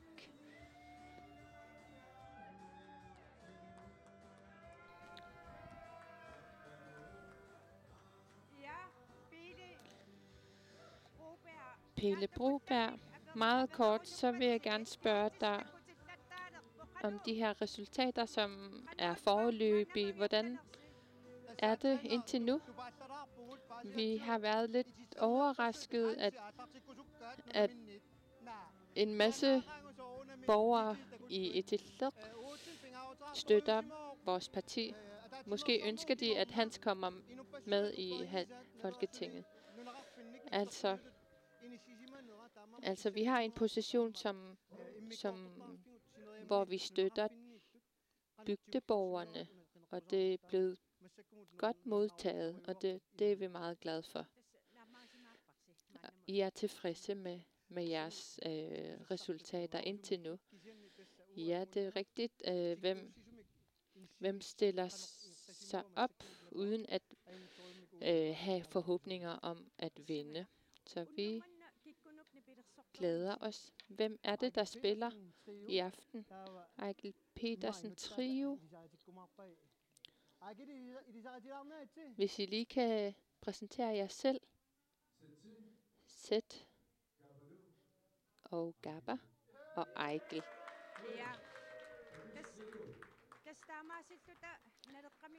Så kan vi herfra Naleraq. Så går vi tilbage til studiet. Vi siger tak til Begge. Naleraq holder en fest allerede. Og vi har snakket om det i aften, at det er demokratiets festdag. Og de her nyopstillede, som vi lige har snakket med. Dengang du stillede op som ny, hvordan var det? Hvordan føltes det? Jeg var meget spændt dengang, og jeg havde ingen erfaring med at skulle tale til et stort publikum, og jeg var så nervøs i Ilulissats sportshal. Jeg rystede så meget, at jeg blev nødt til at stå op, og jeg kan huske, at jeg ikke rigtig kunne spise op til på den dag.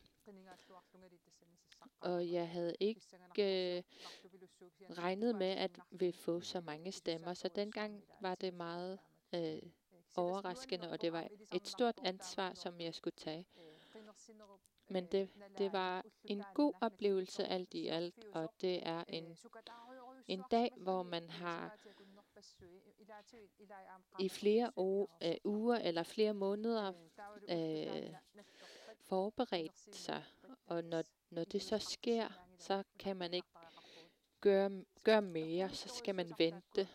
Så de her timer plejer at være meget mærkelige. Og Lars Emil, hvis du, fordi du er en erfaren politiker, når man stiller op til valg, og de her folk bag en, som arbejder, hvor vigtige er de? Altså, de er så vigtige. Og dengang der ikke fandtes partier, så skulle vi selv finde vej og finde forbindelser. Og dengang jeg stillede op til Folketinget i 1973, da jeg var 26 år, så var der nogle sjove oplevelser. Det var måske i Ilulissat, at der var en episode. Så var der en, der sagde, mens jeg lige holdt pause, at min navle ikke var tør endnu. Jamen, der sker nogle sjove ting en gang imellem. Dengang der ikke fandtes partier, så var de her kandidater og vennerne til dem, så var den største opgave at stille plakater op. I sofaen i studiet, så skal vi møde så har vi nogle gæster, som arbejder bag partierne. Og vi ser de her kandidater, men I er folkene bag. Hvordan plejer du at forberede til valg, Ole? Vi begyndte forberedelserne, vi begynder forberedelserne, når der bliver meddelt valg.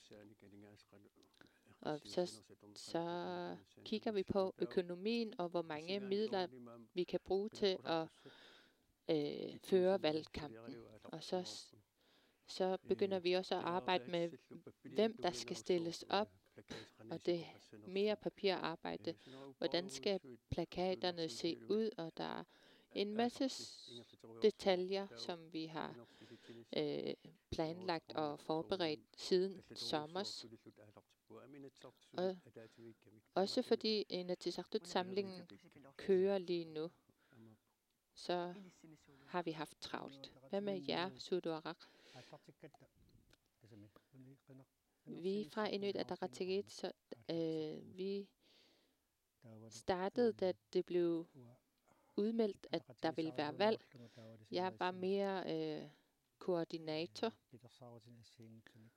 og de her planlægninger om rejser og forberedelser til valgkampen, og vi forberedte også de ting, der skulle bruges til at føre valgkampen. Hvad er det, der er mest udfordrende for jer, fra jeres side? Som sagt, så er Inatsisartut-samlingen i gang, og derfor har vi en særlig stilling, som laver de her forberedelser, fordi vi ikke bare kan standse Inatsisartut-samlingen.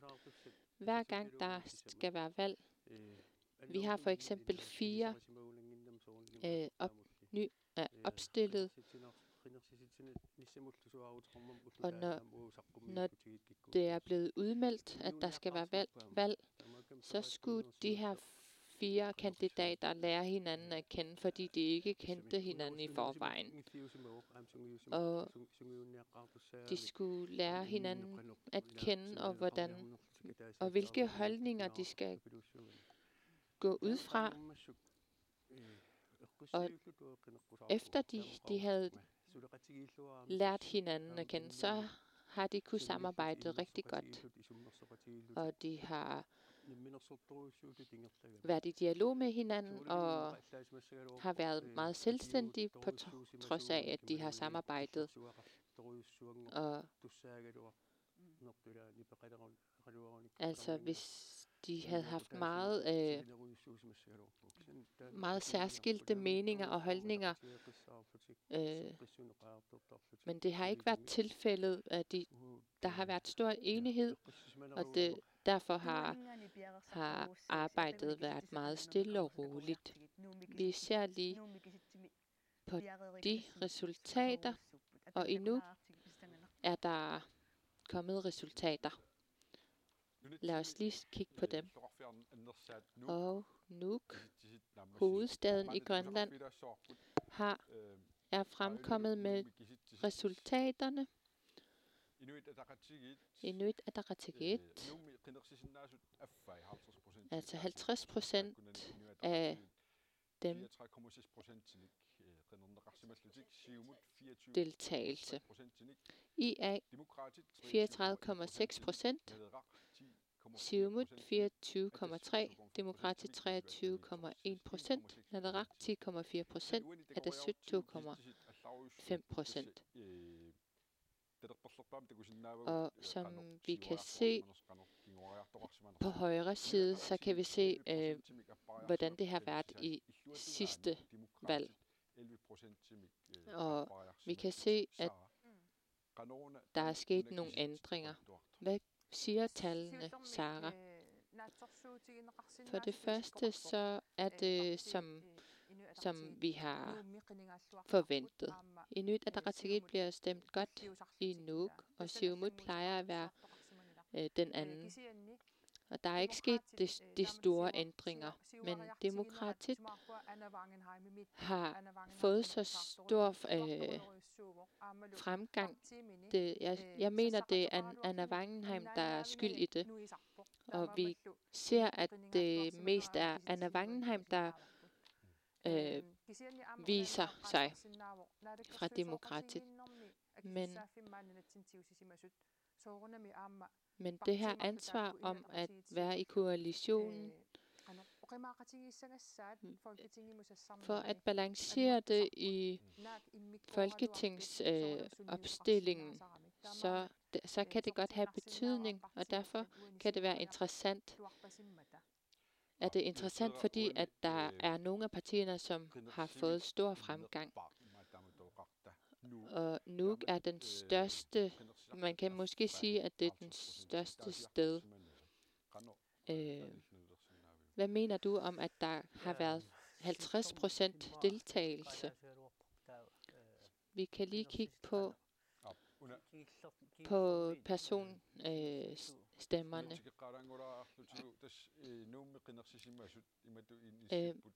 Stemmerne fra Nuuk er således. Aaja Chemnitz er blevet stemt med 2.227 stemmer.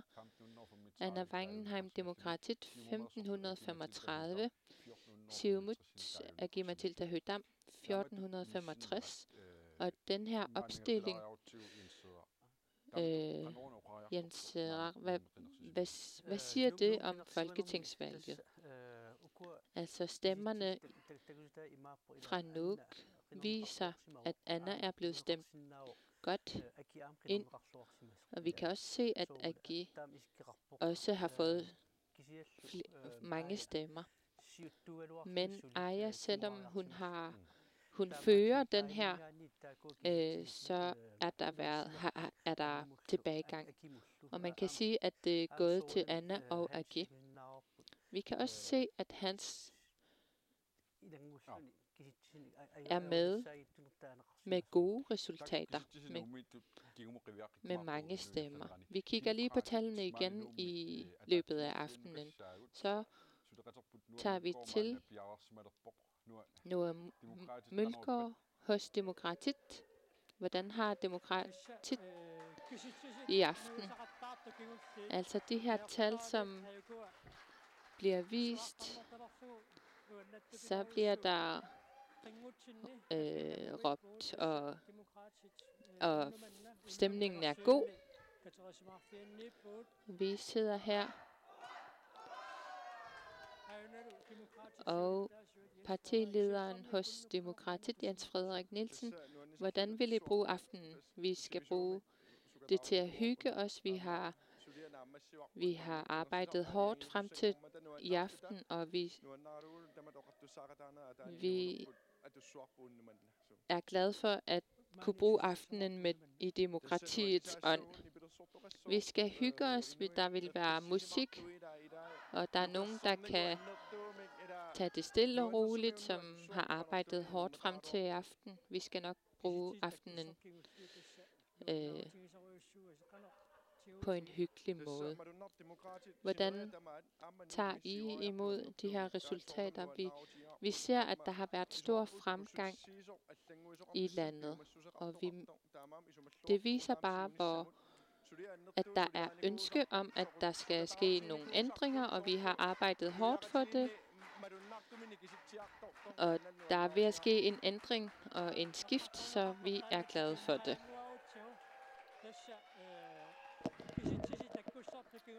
Ja, Anna Wangenheim, nu kan vi jo se på tallene, at du har en utrolig høj score. Hvordan har du det?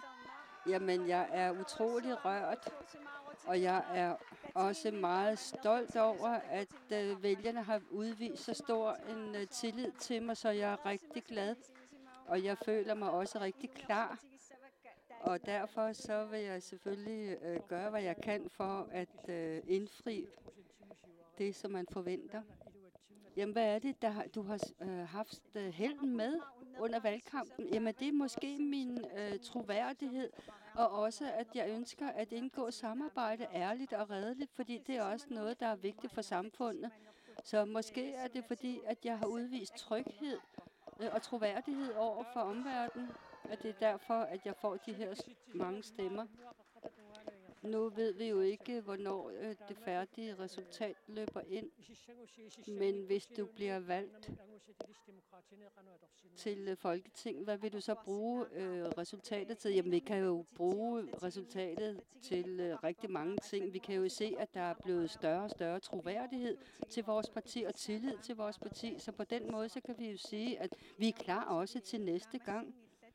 Men vi er ikke færdige med at tælle op endnu, så selvfølgelig skal vi være spændte og afvente det færdige resultat. Altså for en måneds tid siden udråbte statsminister Mette Frederiksen, at der skulle være folketingsvalg. Hvordan har valgkampen været? Den har været lang. Men vi har også været skøjtet lidt hen over nogle emner. Jeg synes ikke, vi kommer i dybden. Men på den anden side, så har vi jo gjort, hvad vi kunne for at sprede vores budskaber i vores politiske arbejde. Så selvom det har været en lang valgkamp, ja, altså der er så meget glæde her. Så det har været en succes, selvom det har været en lang valgkamp, samtidig med, at vi også arbejder i Inatsisartut, som holder møde. Men rigtig god fortsat aften. Tak.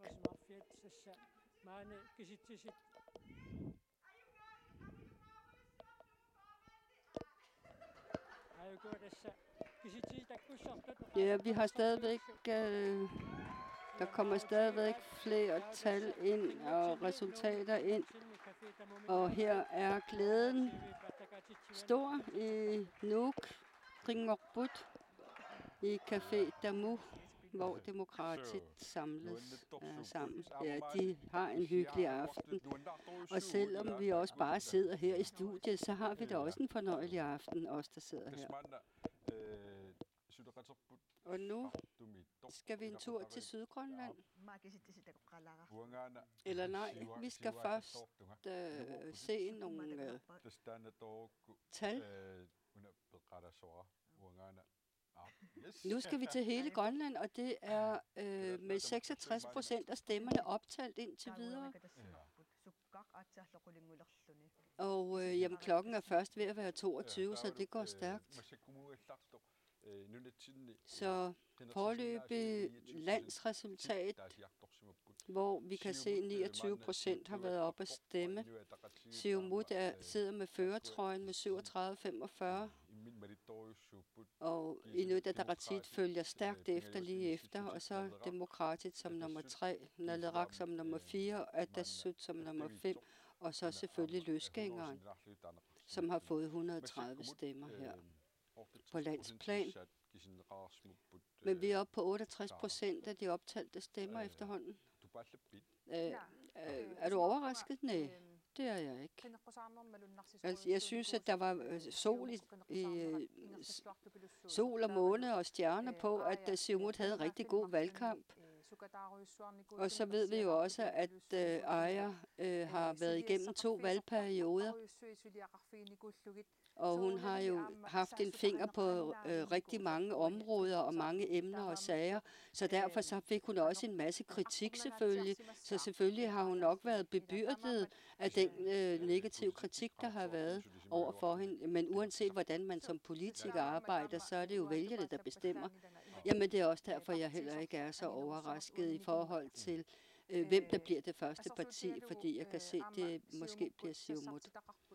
Altså nu har Siumut også 4 mandater, kandidater til Folketinget. Inuit Ataqatigiit har 3, og det er jo så et spørgsmål om, hvordan og hvorledes de har forberedt sig, og hvordan de har fordelt emnerne imellem sig, og hvad der er for nogle ting, de skulle have opmærksomhed på. Men det drejer sig om, det er at kunne tælle til 90.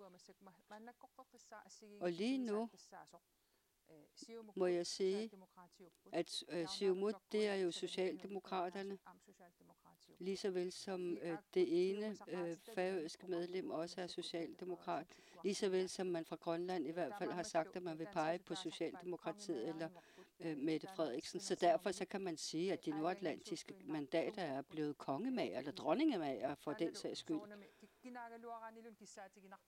Så uanset hvad, og hvem der bliver valgt, jamen så siger tallene en hel masse. Ja, selvfølgelig skal vi lige færdiggøre optællingen, inden vi begynder at beslutte os for de store ting her. Men jeg synes, at man skal se på Nordatlantens mandater under et. Altså, det nytter jo ikke rigtig noget ligesom at splitte dem ud og sige, at Sjødur, han gør det her, altså alle 3 ud af 4 nordatlantiske mandater peger på Mette Frederiksen. Og de dyster ikke med at ville overgå hinanden. Det virker til, at man ligesom har koordineret, at man vil pege på en socialdemokratisk statsminister. Og derfor så bliver de jo nødt til at samarbejde, fordi hvis det er, at færingerne og grønlænderne sidder hver for sig, jamen så opnår de ikke noget. De bliver nødt til ligesom at slå sammen, fordi så kan de også gøre noget mærkbart. Og vi kan jo også... jeg synes også, at det der med at rose sig selv, det er ikke noget, der er særlig grønlandsk. Altså det, som vi er mere kendt for som grønlænder, det er at rose vores modstandere. Men uanset hvad, så skal vi jo altså fremvise samarbejdsånd og vilje. Fordi det er sådan, når man gør det, jamen så kan man opnå noget. Altså hvis man begynder at splitte sig ad og ligesom lægge afstand til færingerne, eller, så opnår man ikke så meget. Altså det vi skal gøre, det er, at man skal være smart og så slå sig sammen. Nu kan vi jo se, at Naleraq og Demokrati, de har det rigtig godt. Men der er også nogen, som tager det stille og roligt, nemlig et privat hjem i Sydgrønland, i Qaqortoq. Og her har vi Nina Vivi. Hvem er du hos? Jeg er hos Mona og Ando. Andot måske. Og de holder øje med valgets afvikling. Jamen, vi plejer at være os 2, min mand og mig. Især efter børnene er rejst hjemmefra. Så sidder vi også 2 foran fjerneren og følger med. Gør I noget specielt, eller har I nogle specielle ritualer? Eller? Nej, vi har ikke rigtig nogen traditioner. Vi tager det stille og roligt. Vi spiser god mad og får et glas vin. Og så spiser vi også en dessert.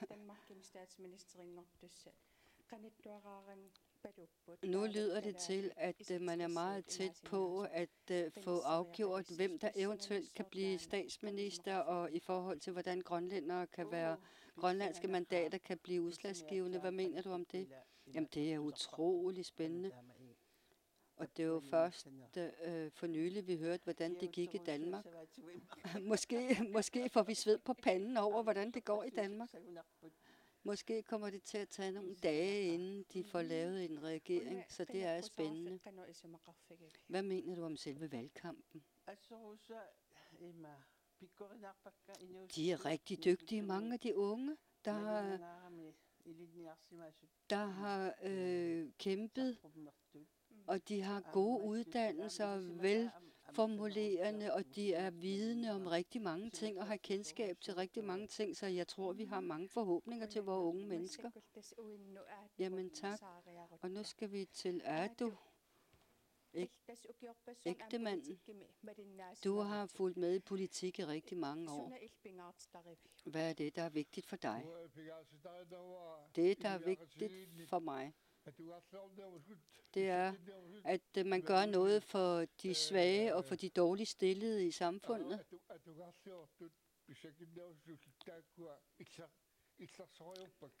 Det er dem, jeg forsvarer. Dem, der står svagest i samfundet.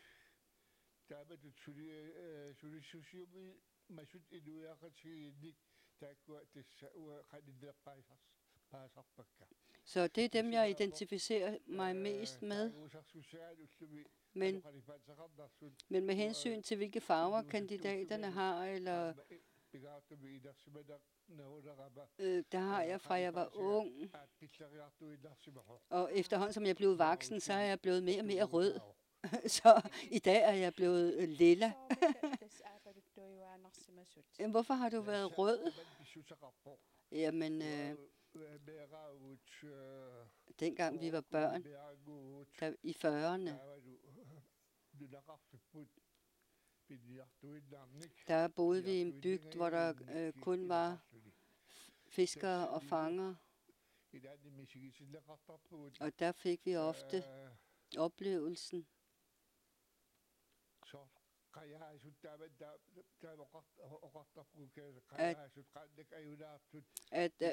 at vi ligesom er blevet sejlet agterud. Eller for eksempel når vi siger, at en kajakmand har lidt druknedøden, jamen så går det ud over familien.